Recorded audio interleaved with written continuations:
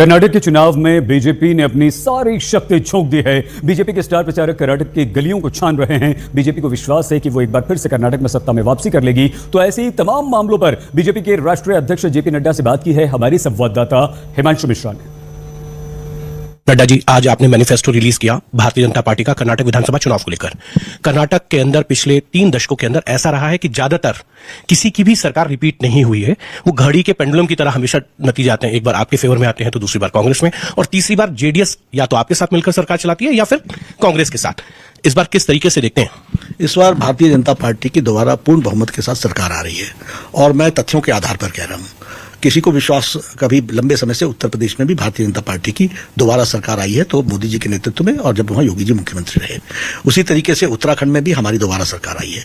गोवा में हम तीसरी बार सरकार में आए, मणिपुर में हम दूसरी बार सरकार में आए, नागालैंड में हम दूसरी बार सरकार में आए।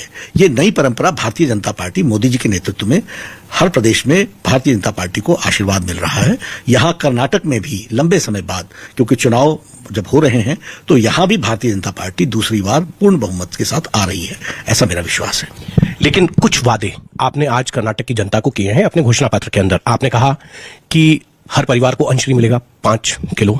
आपने कहा नंदनी दूध मिलेगा आधा लीटर। साथ ही साथ आप कह रहे हैं कि 25,000 रुपए जो है वो तीर्थ यात्रा के लिए मिलेंगे। आप कह रहे हैं कि महिलाओं को फ्री पास मिलेंगे, 30 लाख महिलाओं को। उसका सिलेक्शन आप कैसे करेंगे? सवाल यह है कि अपोजिशन कह रहा है अगर हम दें तो फ्रीबीज आप दें, तो आप कहते हैं कि ये गरीब कल्याण। ऐसा है कि जो हमारे ऊपर आरोप लगाते हैं उन्होंने कोई न मेहनत की है, ना ही उन्होंने कोई आंकड़े देखे हैं, ना ही उनका कोई इकोनॉमिक डिवीजन ने इसके बारे में कोई वर्कआउट किया है, और न ही कोई उन्होंने इस पर खर्च कितना होना है इस पर कोई वर्कआउट किया है। वह फ्री बीज, मैं इसलिए कहता हूं फ्री बीज का मतलब क्या होता है। हम सबको बिजली मुफ्त देंगे, हम 200 यूनिट तक बिजली मुफ्त देंगे सबको, हम भी पानी का बिल नहीं लेंगे। यह हुआ फ्री बीज। हम क्या कहते हैं, बीपीएल को हम दूध देंगे आधा लीटर। इसका इकोनॉमिक्स वर्कआउट करते हैं, उसके बाद हम इस नतीजे पर पहुंचते हैं। किसको हम दे रहे हैं?